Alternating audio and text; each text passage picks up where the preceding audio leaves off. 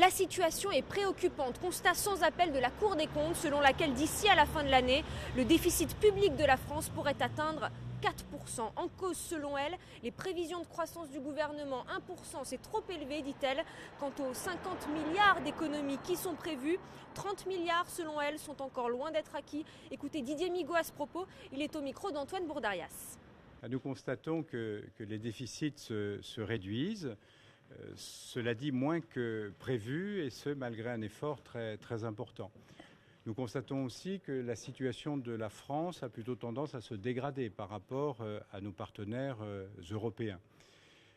Et que sur 2014, les objectifs de déficit risquent d'être dépassés et se situer autour de 4%, voire plus, si les prévisions de croissance ne se réalisent pas. Alors pour que le gouvernement puisse atteindre les objectifs qu'il s'est fixés, la Cour des comptes évoque plusieurs pistes. D'abord, une réduction du nombre des fonctionnaires qui représente 23% des dépenses publiques avec une possible augmentation de leur durée de temps de travail.